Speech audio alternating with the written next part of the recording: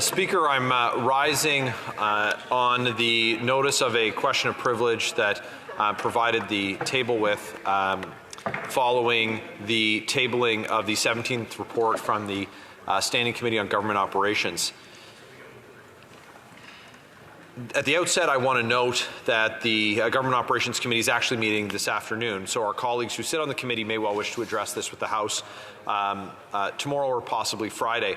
But last week, Kristian Firth, the co-founder of GC Strategies, a two-person IT firm that does no actual work, finally appeared before the Government Operations Committee to answer for his and his company's role at the heart of the Liberal government's Arrive scam. The House is well familiar already with the Auditor General's damning report of this procurement fiasco. Other investigations have been popping up left, right and centre by other officers of Parliament, including possibly the Royal Canadian Mounted Police. I believe that the Globe and Mail's Bill Curry pegged it at 12 active investigations. Parliamentarians had questions for Mr. Firth and his partner Darren Anthony, who had long resisted appearing before committee. That's why the committee, in its 14th report, had asked for a House order to compel their appearances before the committee, backstopped by the authorization of a Speaker's warrant to take them into custody if necessary, and the House had unanimously concurred in that report the same day that it was tabled. As I said, Mr. Firth appeared to answer questions, but answers would not be how I describe what he gave. That's why, at the conclusion of his appearance last Wednesday, the Government Operations Committee unanimously and without debate adopted a Conservative motion to present a report to the House, quote, outlining the potential breach of privilege concerning Kristian Firth's refusal to answer those questions, which the committee agreed to put to him, and his prevarication in answering others, end quote. The area of greatest concern that I want to highlight was Mr. Firth's refusal to say which public office holders he communicated with concerning the crafting of a so-called competitive contract with the Canada Border Services Agency. The House will recall that the Auditor General found at paragraph 1.56 of her ArriveCan audit that GC Strategies was involved in developing the requirements set out in the agency's request for proposal. Naturally, parliamentarians wanted to know who spoke with him. Mr. Firth, however, stonewalled several members, including me, with repeated refusals to answer those questions directed to him, citing an RCMP investigation.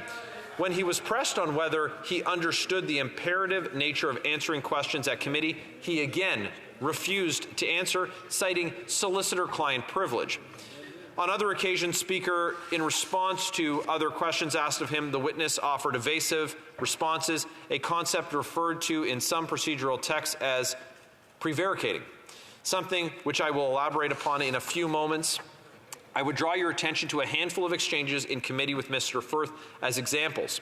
I asked whether Mr. Firth had lied to a parliamentary committee before. Mr. Firth answered, quote, watch my previous testimony, end quote. I also asked which public office holders Mr. Firth had met outside of government offices. Mr. Firth answered, quote, I'm more than happy to provide that information in writing, but I'm not prepared to do that right now, televised, end quote. The honourable member for Sherwood Park, Fort Saskatchewan asked Mr. Firth how many hours he spent sending LinkedIn invitations, a key component of GC Strategies' apparent recruitment strategy, and Mr. Firth answered, quote, that has no bearing on this project, does it? End quote.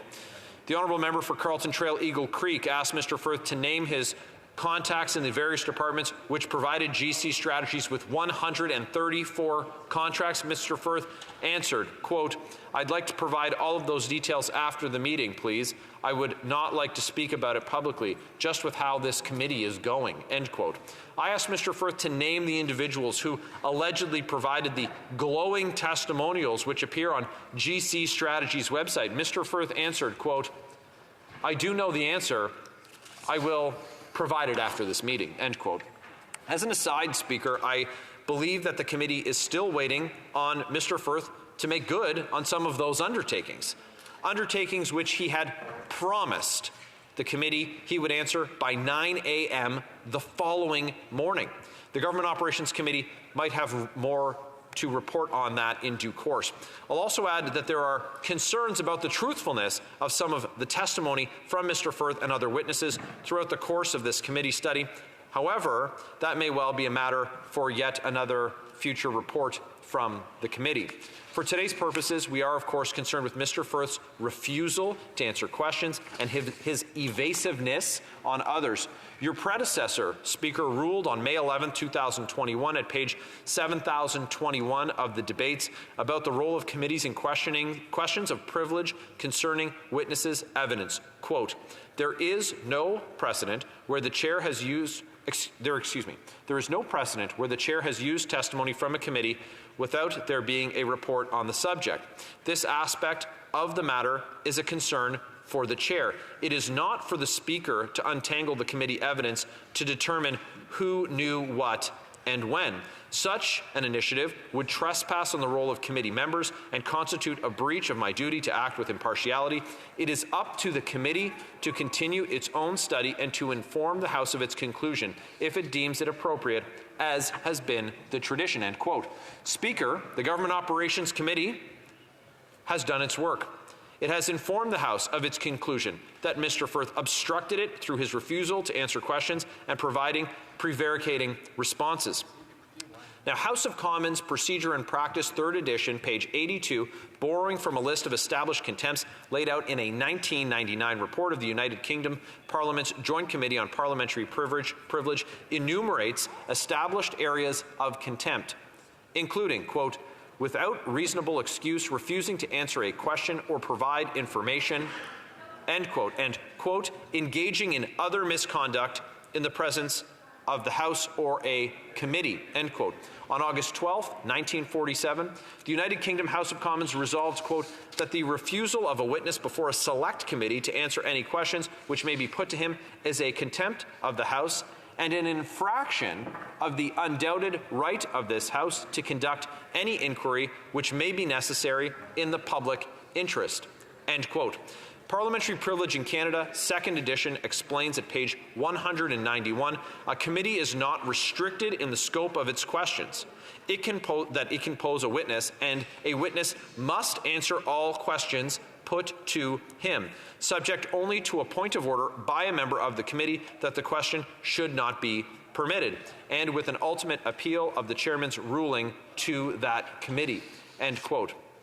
Beauchene's Parliamentary Rules and Forms 6th edition adds at citation 863, quote, a witness who is unwilling to answer a question after stating the reason for desiring to be excused from answering may appeal to the chair whether in the circumstances for the reason stated an answer should be given, end quote.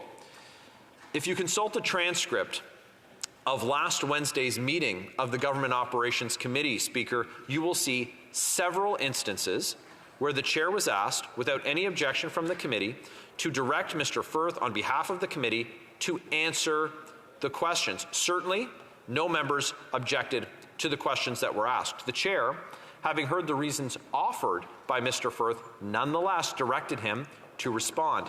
The chair also reminded the witness about the protections offered to him by the law of parliamentary privilege.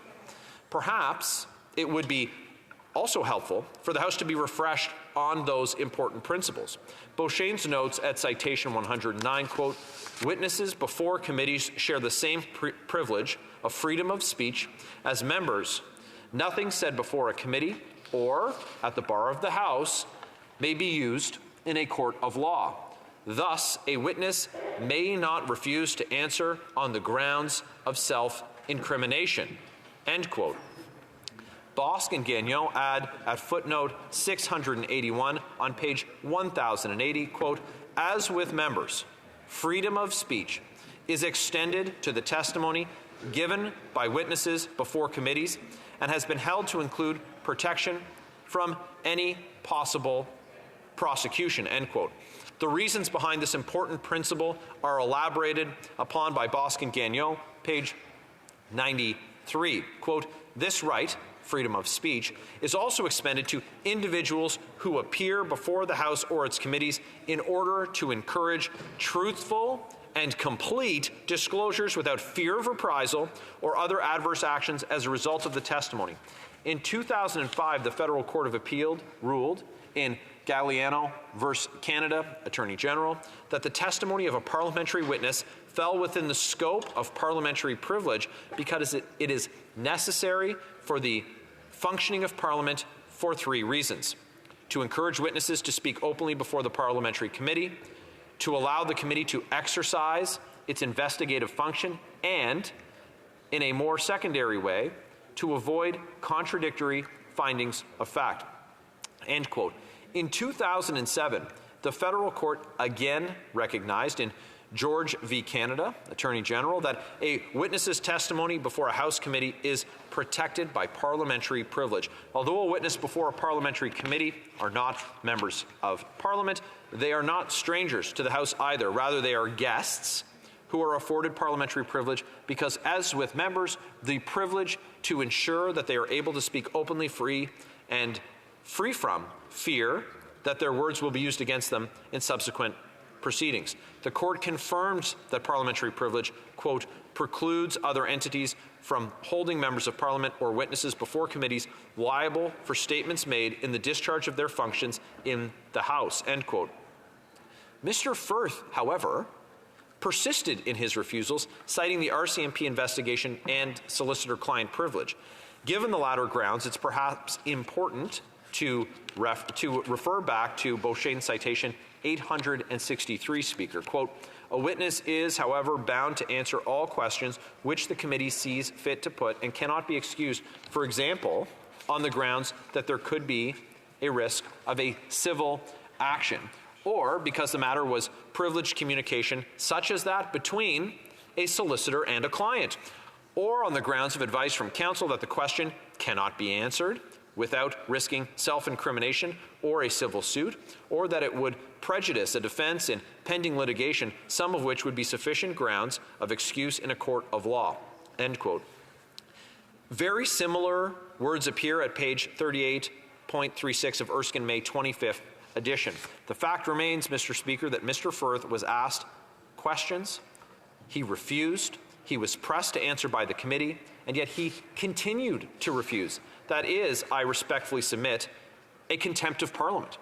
Next, Mr. Speaker, I want to turn to the matter of Mr. Firth's prevaricating evidence. The Canadian Oxford Dictionary, 2nd edition, defines the verb to prevaricate as, quote, speak or act evasively or misleadingly, end quote. Derek Lee's The Power of Parliamentary Houses to Send for Persons, Papers, and Records at page 180 states, quote, witnesses have been guilty of contempt by the House or similarly punished by the House for prevarication, end quote. Erskine May puts it at paragraph 15.5 of the 25th edition as follows, quote, in the past, witnesses who have prevaricated, given false evidence, willfully suppressed the truth, or persistently misled a committee have been considered guilty of contempt. That entry, I would add, falls under the heading of, quote, misconduct in presence of either House or a committee, end quote. A phrase found in the list of established contempts found on page 82 of Boskin Gagnon. Now, parliamentary practice in New Zealand, 4th edition, also comments in relation to witnesses' obligation to tell the truth. At page 7776, quote, even to prevaricate before a committee might invite questions, end quote. Now, in the United Kingdom House of Commons, several committee witnesses in the 19th century faced the wrath of the House when giving prevaricating evidence with a finding of contempt, even committal into the custody of the Sergeant-at-Arms or at Her Majesty's Jail of Newgate. Example cases may be found, I won't read them all, but at page 601 of the Journal for August 28, 1835, at page 258 of the Journal for February 24, 1848, at page 147 of the Journal for April 7, 1851, at page 699 and 742 of the Journal for July 20th and 29th, 1853, at page 354 of the Journal for July 28th, 1857, and at page 239 of the Journal for April 23rd, 1866. a close cousin of prevarication is the willful suppression of the truth. On March 3rd, 1828, a committee of the whole of the United Kingdom House of Commons, considering the East Retford Disenfranchisement Bill, had before it a witness, Jonathan Fox, who spent 90 minutes answering most questions with some variation of, quote, "I cannot say." The witness was asked to withdraw while the committee deliberated. These deliberations at column 936 of the parliamentary debates are insightful. For a quote, Mr. Alderman Waithman observed that the committee could not suffer its dignity to be trifled with in this way. He would appeal to the committee whether this man's answers could be believed. Something ought to be done to support the dignity of the House, which ought not to be trifled with in this manner. He should move that the witness has been guilty of gross prevarication.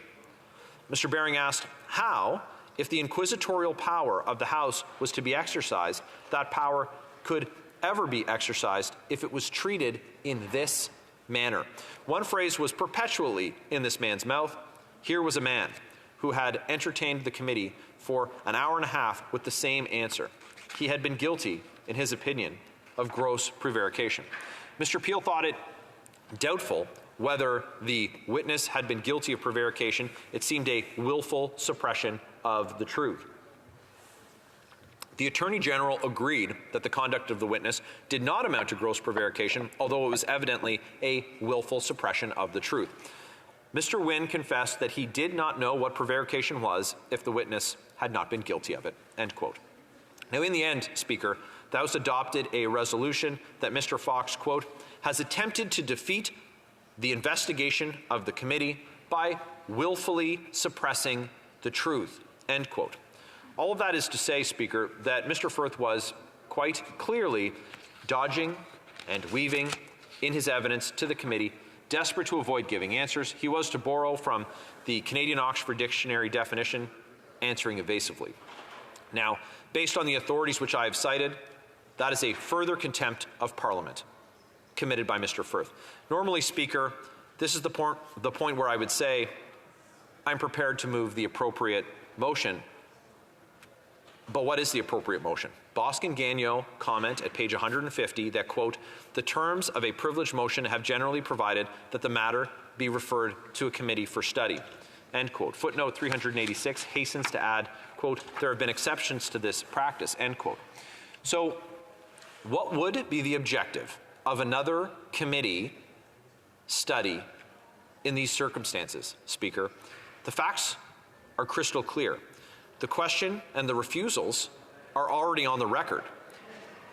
Would we ask the Procedure and House Affairs Committee to report back saying, yep, Kristian Firth definitely refused to answer those questions, and man, he was really cagey too.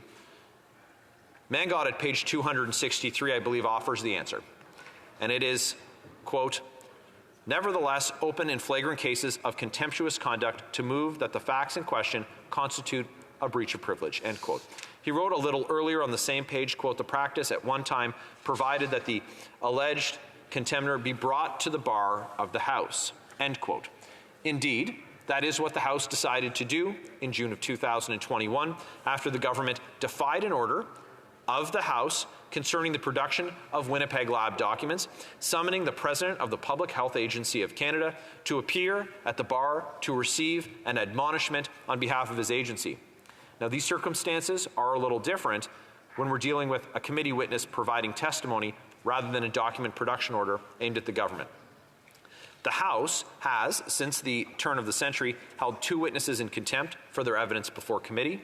In 2003, the Government Operations Committee concluded that the former Privacy Commissioner, George Radwanski, had deliberately misled the committee in his testimony and should be found in contempt of the House. However, given that Mr. Radwanski had apologized to the House in writing, in addition to having resigned as an officer of Parliament, no sanctions were applied beyond the contempt finding. In 2008, the Standing Committee on Public Accounts determined that RCMP Deputy Commissioner Barbara George had knowingly misled the committee in her testimony before the committee and recommended that she be found in contempt of the House, but ordered no further action on the recommendation of the committee, quote, as the finding of contempt is, in and of itself, a very serious sanction. Now, more recently, in 2011, the Standing Committee on Foreign Affairs and International Development's sixth report provided the House with extracts of evidence given by the Minister of International Cooperation, which contradicted her statements in the House. Now, Speaker Milliken ruled on March 9, 2011, that there was a prima facie case of privilege, and the matter was referred to the Standing Committee on Procedure and House Affairs, which heard from the Minister and other witnesses, but it did not complete a report before the Parliament was dissolved. Now, those cases involved contradicting answers. We were concerned here with getting answers. Therefore, we must look back further in time for instances when the House addressed similar situations. Now, in June of 1891, one Michael Connolly, a witness before the Privileges and Elections Committee, which was investigating allegations of corrupt practices on the part of a member of the House, refused to turn over documents which he brought with him and was being asked about. Now, this was reported to the House, which in turn ordered him to appear at the bar, where he was questioned, granted counsel, and ordered to turn over the documents in question. In August of 1891, Thomas McGreevy, the member whose corruption was being investigated by the Privileges and Elections Committee, appeared as a witness and refused to answer questions. The matter was reported to the House, which ordered him to appear in his place in the House to answer those questions. Mr. McGreevy did not appear, leading the House to order him to be taken into custody. Despite the Sergeant-at-Arms' pursuit of Mr. McGreevy by train as far as Quebec City, he was not captured, but was expelled as an MP the following month. In 1906, William Preston, a civil servant, appeared as a witness before the Agriculture and Public Accounts Committee, where he refused to answer questions. Each committee reported the situation to the House, where a motion to summon him to the bar was debated, but a Liberal government amendment, which excused Mr. Preston, was adopted instead. Now, in 1913, R.C. Miller, a witness before the Public Accounts Committee, refused to answer questions. The matter was reported to the House, which ordered him to appear before the bar, where Mr. Miller was further questioned but persisted in refusals of his answers. The House, in turn, found him in contempt, sent him to prison, where he remained until Parliament was prorogued 4 months later. So let's be clear. I'm not proposing that Mr. Firth be imprisoned for this particular offense. We must all recall that this House is possessed with awesome power and authority to vindicate its role as the grand inquest of the nation. Citations 123 to 125 of Beauchesne's elaborates, quote, "Privilege grants considerable punitive powers to the House of Commons. The mildest form of punishment is a simple declaration that an act or an article is a breach of privilege. When an individual has been present at the bar, it has been customary to deliver this conclusion to the culprit in the presence of the House. On such occasions, censure of the individual is usually added to the conclusion that privilege has been offended. Occasionally, the individual at the bar will be given the opportunity to purge the contempt and promise better conduct in the future. For more serious contempts, the House may proceed further," end quote. Now, before anyone worries that this might be an intense approach, the United Kingdom's Parliament Joint Committee of Parliamentary Privilege in 1999 reported at paragraph 301 and 302, compellingly explained the need for such powers when confronted by contempts. The first question to be considered is whether contempt of Parliament by non-members should still attract any punishment at all. We believe it should. Take as an example the investigatory work of committees. Powers must exist to ensure that committee investigations can proceed, that witnesses will attend, and that papers will be produced. Apart from public officials and ministers, many interest groups and representative bodies and many companies and private individuals also appear regularly before select committees of both houses. They almost always appear voluntarily. However, occasionally, witnesses are unwilling to appear or information necessary to an inquiry is not willingly provided. If the work of Parliament is to proceed Without improper interference, there must ultimately be some sanction available against those who offend. Those who interrupt the proceedings or destroy evidence or seek to intimidate members or witnesses, those who disobey orders of the House or a committee to attend and answer questions or produce documents. Sometimes the conduct is a criminal offense. Then the criminal law should take its course. In the case of non-members, that will normally suffice. But unless a residual power to punish exists, the obligation not to obstruct will be little more than a pious aspiration. The absence of a sanction will be cynically exploited by some persons from time to time. Now, some from the Liberal benches might urge upon the chair in the House the fact that these powers concerning these witnesses had not been used in many decades, and therefore they might argue that they're now in doubt. They might even, Speaker, object to me referencing precedent longer than their time in this House.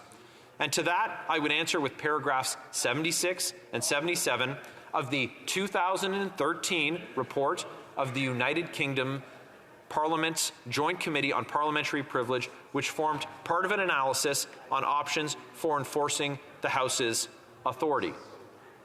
Barely 10 years old. Quote, "It is unfortunate that Parliament's restraint has led to doubt about the continuing existence of its powers.